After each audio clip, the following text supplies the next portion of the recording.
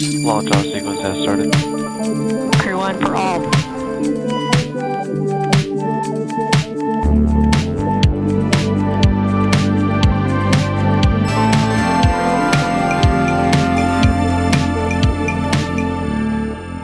Welcome to Moon Snacks. Hi, Ed, my co-pilot for this mission where we send leaders and experts and super interesting people to the moon. Everyone loves exploration. Everyone wants to go to the moon, I think. And the only thing more than that is people love movies. They get to bring 3 movies with them and a book. And from that, we learn strangely amazing things about life and work on our planet. Looking forward to this podcast, we have the amazing Madelyn Blair. She is a leading best-selling author of the book Unlocked. She is also a TV host on E360 of the show Unlocked, where she brings different leaders and practitioners to talk about the different challenges of work. And she is one of the experts on resilience.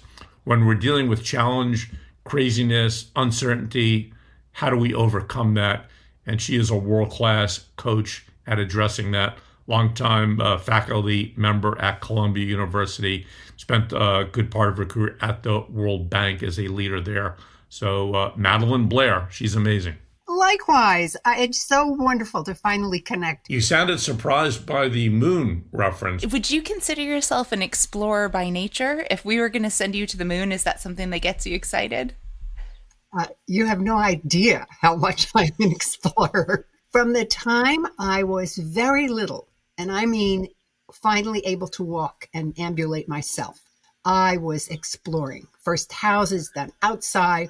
I remember my mother saying to me one time, "You were only 3 and you disappeared and I had to find you in the big tall grass."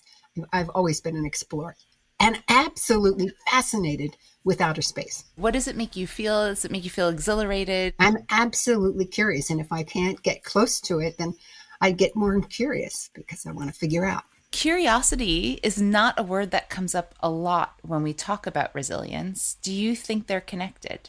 Oh, they are absolutely connected because in my research, I discovered that people who are highly resilient are in fact insatiably curious people.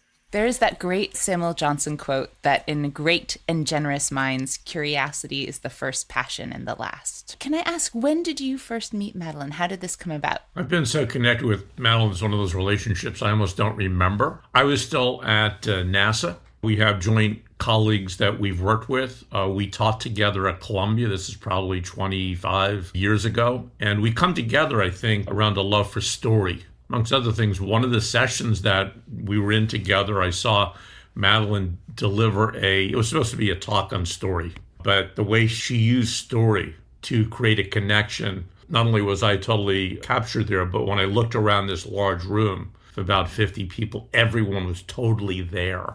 We come together around common interest and use of story. And the other thing I've always said to Madelyn, she's absolutely brilliant in a coaching setting. So we work together. We have the opportunity to teach courses together at Columbia.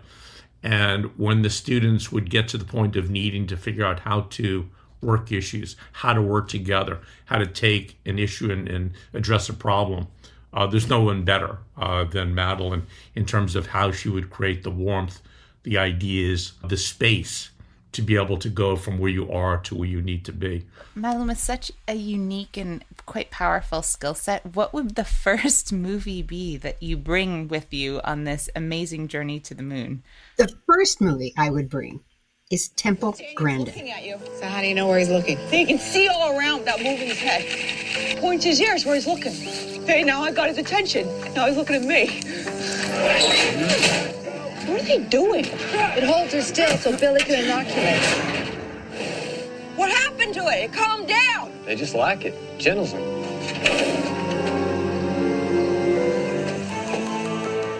You know, this is a woman, and it was her mother who began saying this, that Temple was different but not less. And that just moved me so much. As I say this to you right now, I'm moved by it. Because every person is different, but they are not less. They're just different. When I watched the movie, here was a person who was very different because she thought differently. She saw the world differently. And as a result, she was often shunned and and even worse than that, although shunning is pretty bad. And then she ended up being this world expert on designing, of all things, slaughterhouses. And you think, wow, that's terrible. But it wasn't, because in her mind, she saw how the cattle moved, and she could see the movement as we couldn't see with our eyes, but she could see it with her eyes. And she was able to design it so that the cattle were always at ease, so that their death was instantaneous and without any trauma. And I thought that was just amazing. And of course, the reason she got to that was that she was curious. She would sit and watch the cattle at the yards. Everybody thought she was crazy. Anyway, in that show, you see that. And the videography in it was done so well, because they would show you the scene of the cattle moving in the stockyards. And then they would superimpose lines of movement. So you began to see what Temple saw. I thought that was just brilliant. One final thing from that movie that really struck me, and that is that her mother and her family gave her tremendous support. So she always had a place to get support. Because she is kind of like the superwoman of resilience in terms of what was in her way, the resources she found, the insights she found. It's almost like a hero journey. There was a moment in that movie where she told her story in front of the group of people. She was able to articulate that her mom was a support for her. I can't watch that without actually getting really emotional. I know exactly the scene where the audience says, but we want to know about you. And she stands up. And you're right. I tear up in that as well. I'm glad I'm not the only muffin then. That's good. One of the things in the movie, Temple says, I think the key thing is, I think different, not less. And we've learned a lot about teams. Most of my life is projects. You need to have a variety of capabilities. I remember one person at NASA saying you want to have this variety so you have 360-degree sight. If you have all men, we tend to see things a certain way. When you add women, now you have different courage.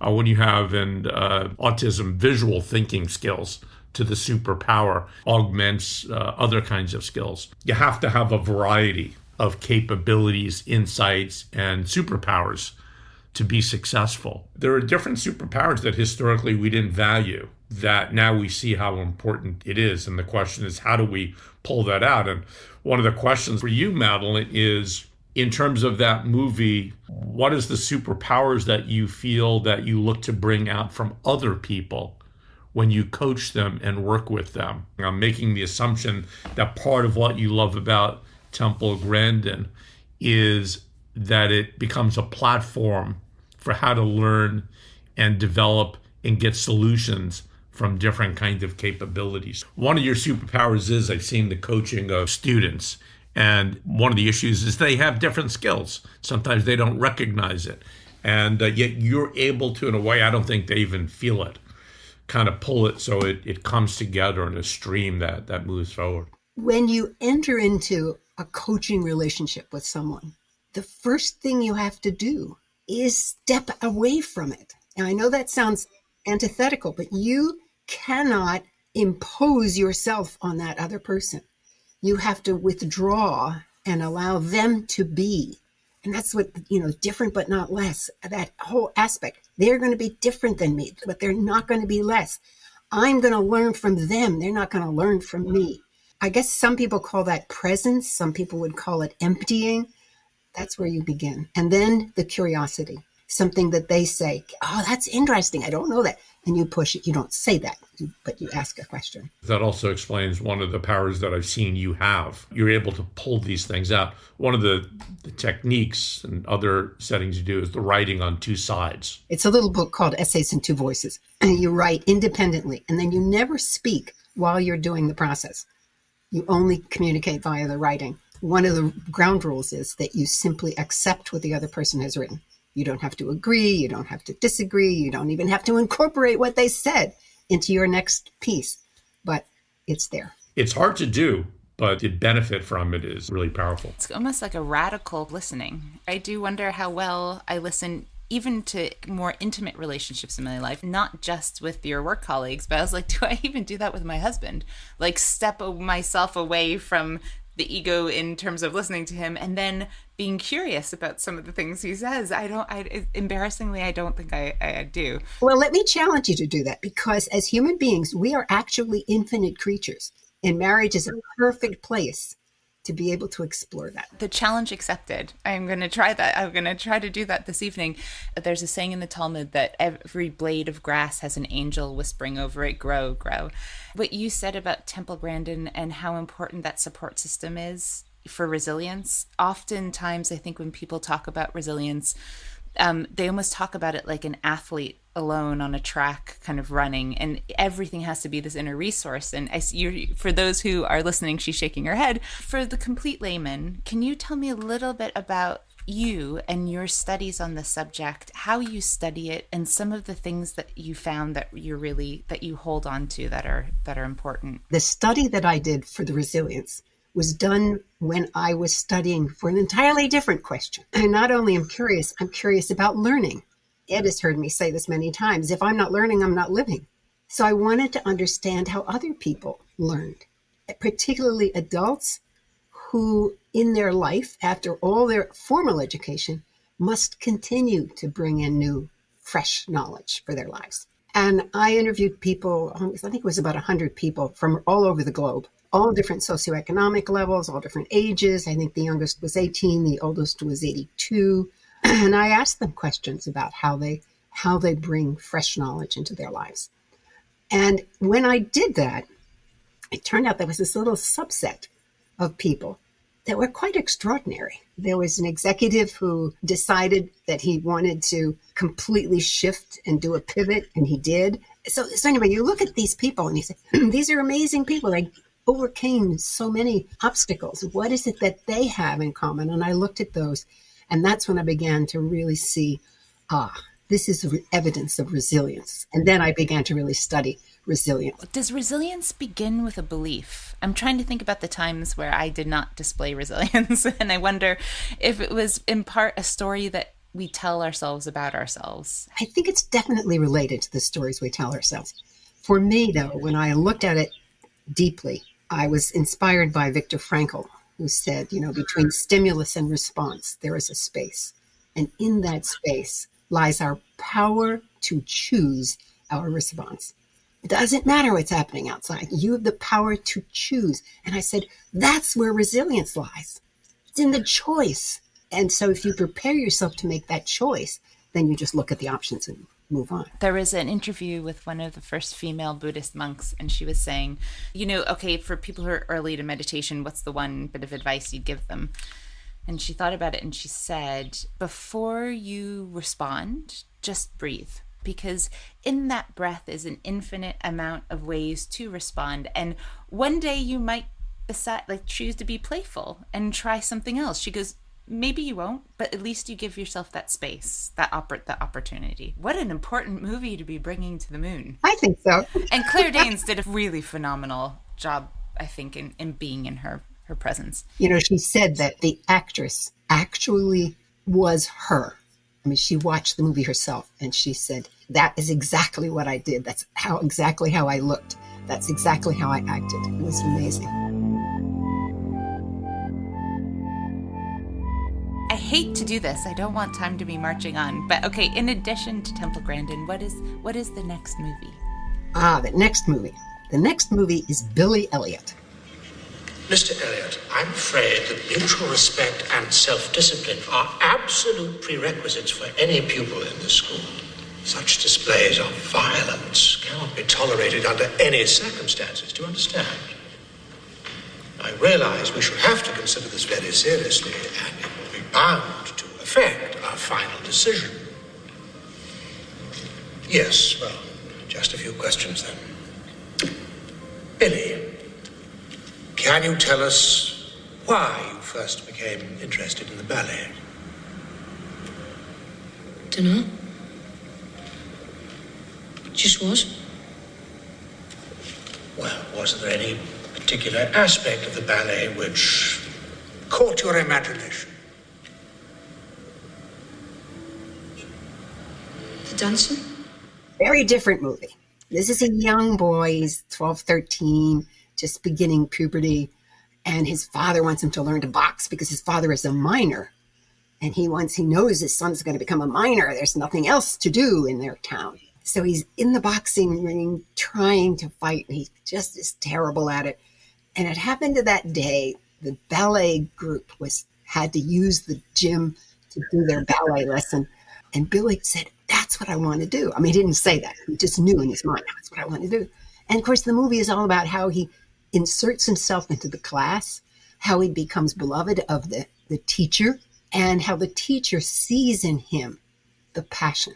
And she helps him then move on to actually be in the Royal Ballet. Now, this, of course, is an incredible story about the fight between the young boy and his father, and that natural kind of thing that happens in teenagers. But, the teens, that's what they're all about. They're all about finding who you are and becoming separate. We think that the terrible twos are bad enough.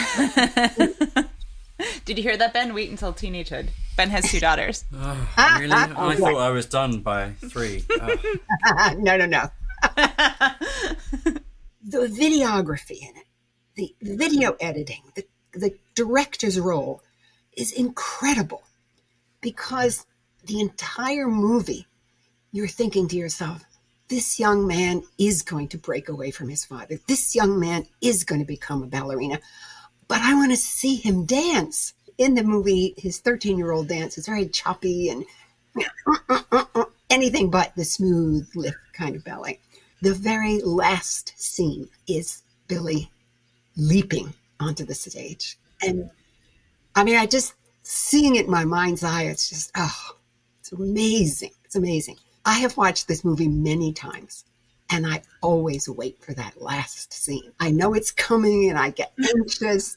The fact that he was finding his voice, that was the other piece that really hit me. There was the remarkable influence that a single mentor had on him as he found his voice. It reminded me of my dissertation advisor. The only admonition he ever gave me was, I want to hear your voice, Madelyn, not their voice, your voice. And he was able to pull that out of me. So this is what she did for Billy. Madelyn, you are like the ideal audience any filmmaker would dream of wanting to watch their movie. You're so visually sensitive. You understand all the parts that go into it. You're story sensitive, and at the same time you enjoy it all. I mean, that you couldn't be a better audience. One of the things that I love is space, finding personal space, finding space to reflect, getting a team or organization to have places where you can go and you can learn and share and go in new directions. And to a certain extent, what I loved about Billy Elliot was, here is a young man who basically was creating his own space. And it's kind of a call for, this is who I am, this is how I challenge the norms, the stereotypes, to be able to be my best. And for me, it leads to a question for you, Madelyn. You challenge norms and stereotypes, I believe, throughout your life. What is your unique voice, or what is the aspect of the world that you've found yourself challenging? I despise duplicity. I seek integrity. And I know it was because that's how I was raised, that I was to go into the world and contribute to it. And I become incensed when people do not do that. But I have always spoken up to management. How's it led me to where I am? I have no idea, Ed, because I really have made people angry at me. Well, also being an executive at the World Bank as a woman, I'm assuming it was similar to NASA. We have kind of the same time frames. And when I was at NASA, it was the 80s. And when I first started, it was 98% men leading things. You talked about having to learn how to challenge the environment or how to overcome it by, my term, flying under the radar. When I was a division chief there were exactly 6 people in executive positions there, 6 of us. And so you not only had the male dominance, there were so few women, every one of them was looked at very carefully. So you knew you had to do things right. And you're right, Ed, I did things under the radar. I would do things very subtly. I created a training room, and I never asked my assistant director, I never asked my director, I never asked the VP, I asked nobody if I could do this. I just put it in the budget, and the budget just sort of floated through. And one day they're constructing it, and The director comes over and says, Madelyn, what is this? I said, it's the training room. And I did that, repeated things. You don't wait for permission. You just do things that you feel need to be done. Yeah. As the Jesuits say, it's better to ask for forgiveness. The bank actually used my design because this is when PCs were just being introduced. So it's in the 80s. And I had to be able to create a training room that would incorporate PCs and, projection on the wall. It didn't exist before. That particular design and I say I created, I didn't create it, my staff did it. That design was like for 15 years, governed all the training rooms in the bank. Okay, first I have to tell you, I grew up on a farm, and it was an egg farm principally. And my job was to collect eggs. But that's not where the story really begins. The story really begins when I entered the bank, the World Bank. I was in the computing activities department, because at that time, that's what it was called. They didn't think of it as information and things like that. It was computing. Well, I was there a couple of years, and they did a big reorganization, and they created something called the Customer Services Division, because now that PCs were going out there, well, you have to have some interaction and support to those people. So they asked me to be the division chief for this. For me, that was very natural. I love technology, but I love it because it does things for people. And secondly, I would be one of 6 women in that particular level. So I said yes. Everything went great for about 2 weeks. And one of my senior staff came to me at that time, closed the office door, and he says to me, Madelyn, I've been thinking, and I talked to so-and-so, I'd like to transfer to his division. He said it's okay with him if it's okay with you.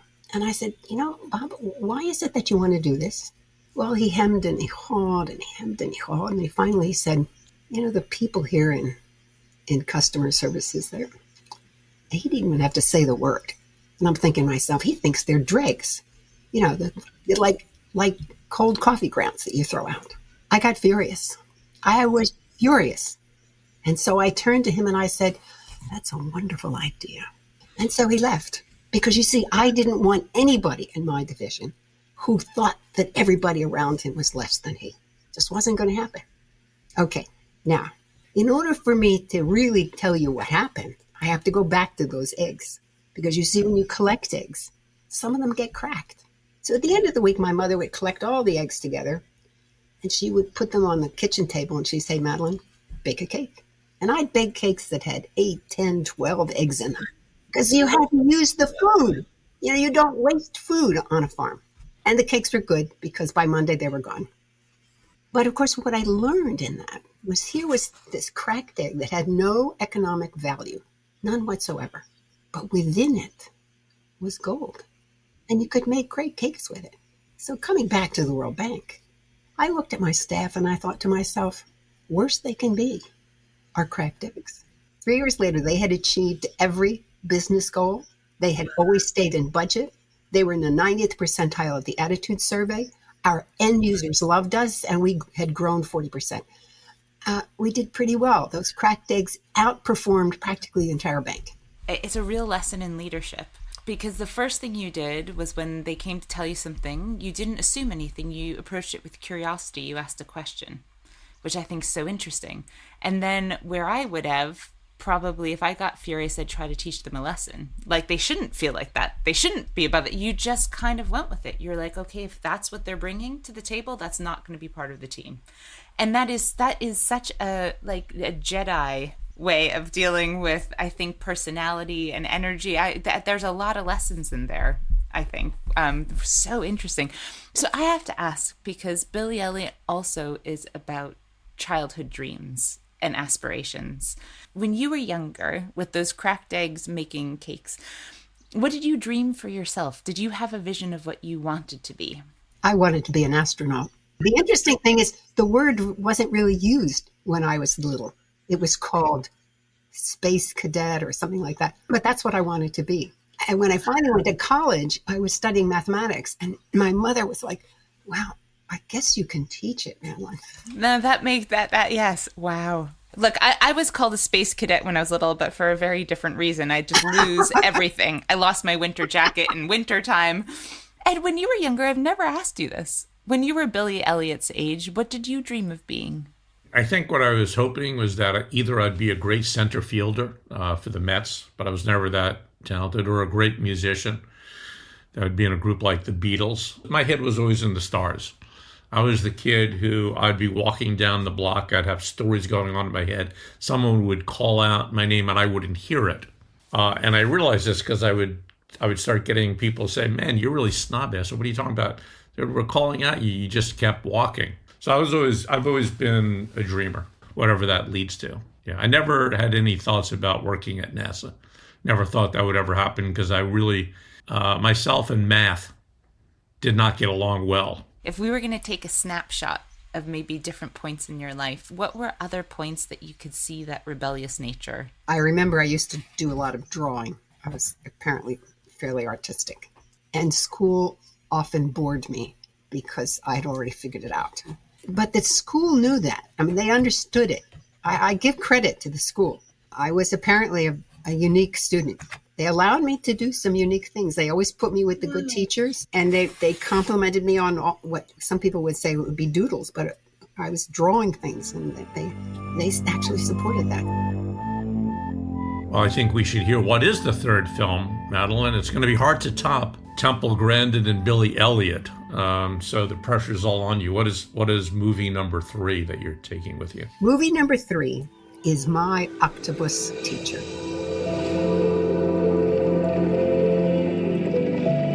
I remember the day when it all started, seeing this really strange thing.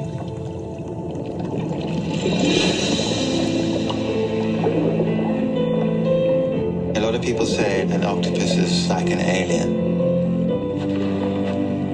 But the strange thing is, as you get closer to them, you realize that you're very similar in a lot of ways. Now, I don't know if it ever made it into theaters, because I watched it on Netflix and continue to watch it on Netflix and have watched it several times.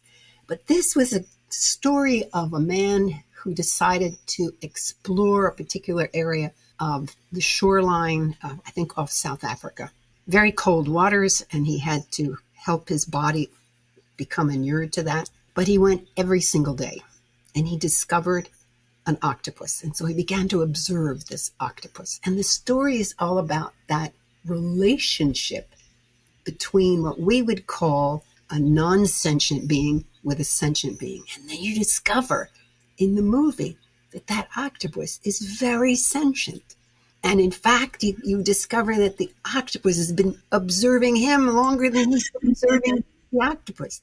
And so again, I saw that observation on both parts. And the octopus was also curious, because as the octopus became accustomed to the diver, it would reach out a tentacle, and they began to really touch one another. And then there was this one scene. It was most poignant. The octopus literally sat on the breast of the diver, and all 8 tentacles spread out, embracing his body, and just sat there.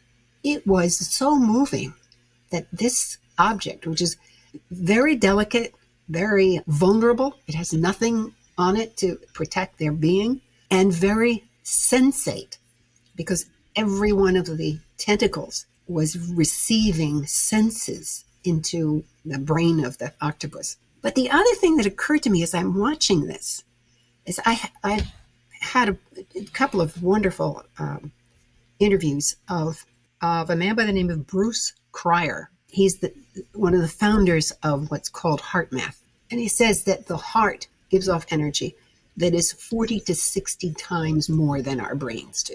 Now, we always think our brains are where all the power is. And as I thought about the image of that octopus resting literally on the heart of this man, it really said something to me. So it was observation, curiosity, communication through touch. And I think even the value of looking beyond what is known versus what's just right in front of you. It's a brilliant movie. I think that to me would be one of my top 10 of all times. As a matter of fact, I love it so much. Diane and I watched it last night. Diane said when we had been talking, she said, "Oh, we got to see that again." It is so immersive. One of the scenes that I love is when the octopus is first exposed himself, he slowly extends one of his, arms to touch the person. you live in fear for the octopus because there's so much danger. And there's a shark that, periodically comes on, and that the shark can kill this thing. And so there's so much danger in the environment that I wonder why would the octopus not just stay away all the time? But to me, the importance of relationship, the importance of connection is so important that he had built up the trust to touch this human and goes from there. But it's the fact, even with all the vulnerabilities of life, this octopus valued the relationship and the connection more than the safety. I think that's a wonderful observation, Ed. The relationship was more important than the octopus's own life. I have an admission. When I was little, I couldn't finish Bambi. I walked out of the movie theater, and I have a problem with animal movies because I tend to over-empathize. But with my octopus teacher, I remember watching it a long time ago and then trying to rewatch it, and it gets to the point where the shark, it ripped. I become physically sick, and I get so upset at the man filming it because my feeling is such, and I could be completely wrong, that if he were in danger, I'm very curious if the octopus wouldn't try to get involved somehow. I know a lot of, if seals think you're drowning, sometimes they try to, or even dolphins. And I felt he had a responsibility to help. And I know he felt he had a responsibility to not interfere. And I have such a difficult time with that. I had the same feeling. I would be going in there to try to take out the shark. But we don't mind when the octopus is ripping apart the crabs. You're totally right. That's so true. One of the things also this to me gets into the notion of radical engagement is that you're in relationship with someone else. To what extent do you try to protect them to the point where you take over their world? And to what extent do you value the environment so you're a part of what's going on, but you don't interfere? The guy's name was Greg Foster, I think. And he said, when I first entered this world, I felt like an alien. And then over time, I felt like I was a part of it. And being a part of it, I think, is giving room for the octopus to take care of itself and to live its own life. But it's an interesting thing of saying that I had years ago swam in the barrier reef, and I was by myself in this body of water. And I remember I feel like I'm on a different planet. And part of it was scary, that I wanted to go back to the boat. And the other part was getting more comfortable of that environment. But yeah, it's very emotional when you part of someone or something that you love and you feel it's threatened. Is the right thing to do to get involved and essentially take over? Or is it better to give the room to handle itself? Because it did handle itself. It survived. As you were saying that, I was thinking of being a parent and those moments when your child is in a certain amount of trouble. Do you intervene directly or do you let them learn a lesson?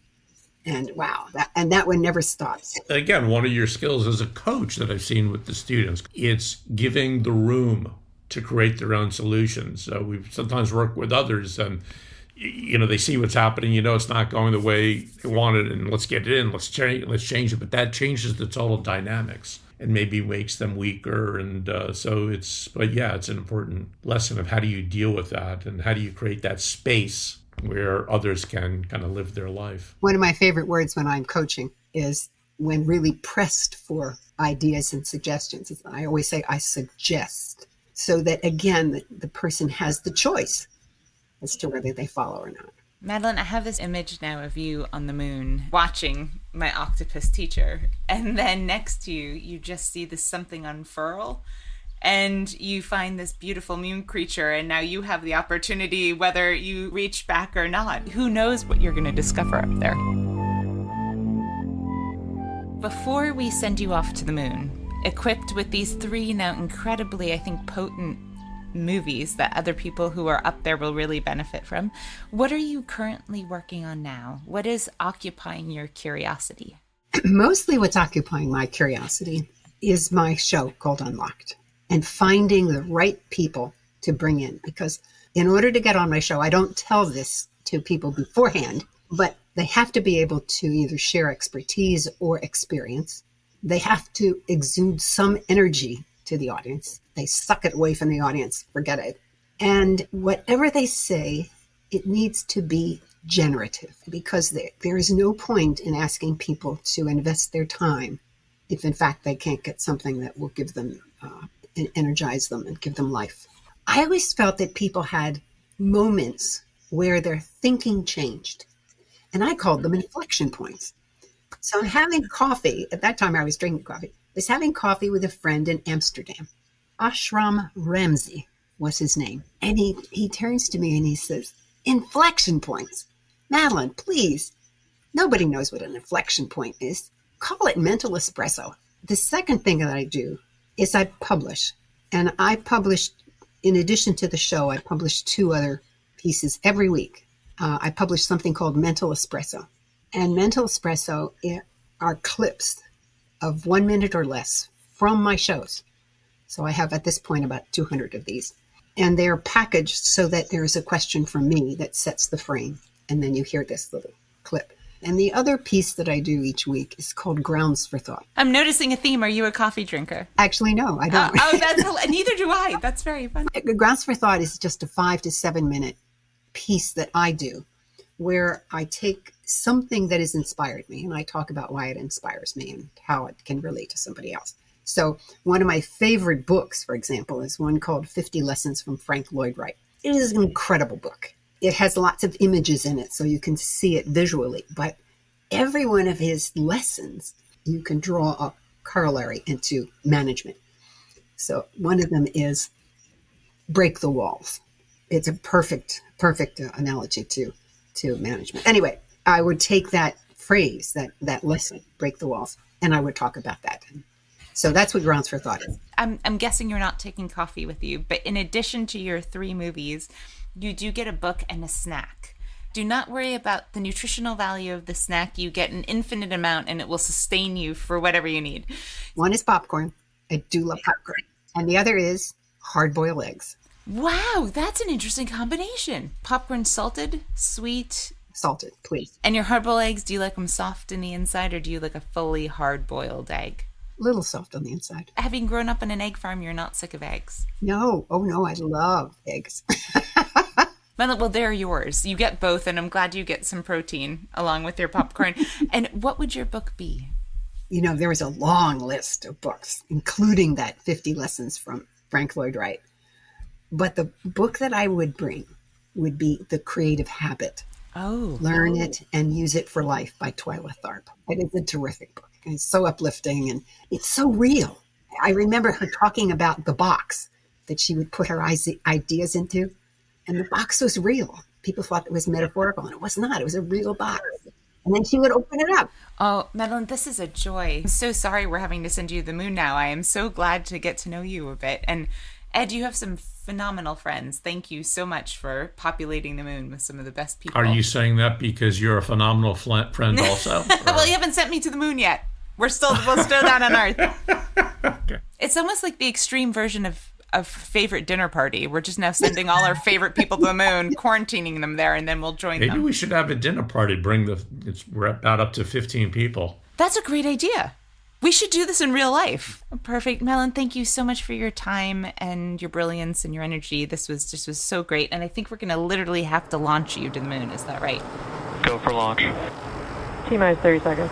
Roger, go. Well, I want to thank you two because it has been a wonderful experience watching someone else manage the show instead of me. Crew 1 for all. Bye, Madelyn. Have a great trip. Enjoy the popcorn and the eggs. Thank you. Break the walls. Break the walls. Stay curious. T-minus 15 seconds. We're going to see you soon. Falcon 9 is configured for flight. I hope you have a great adventure. I will. 9, 8, 7, 6, 5, 4, 3, 2, 1, 0.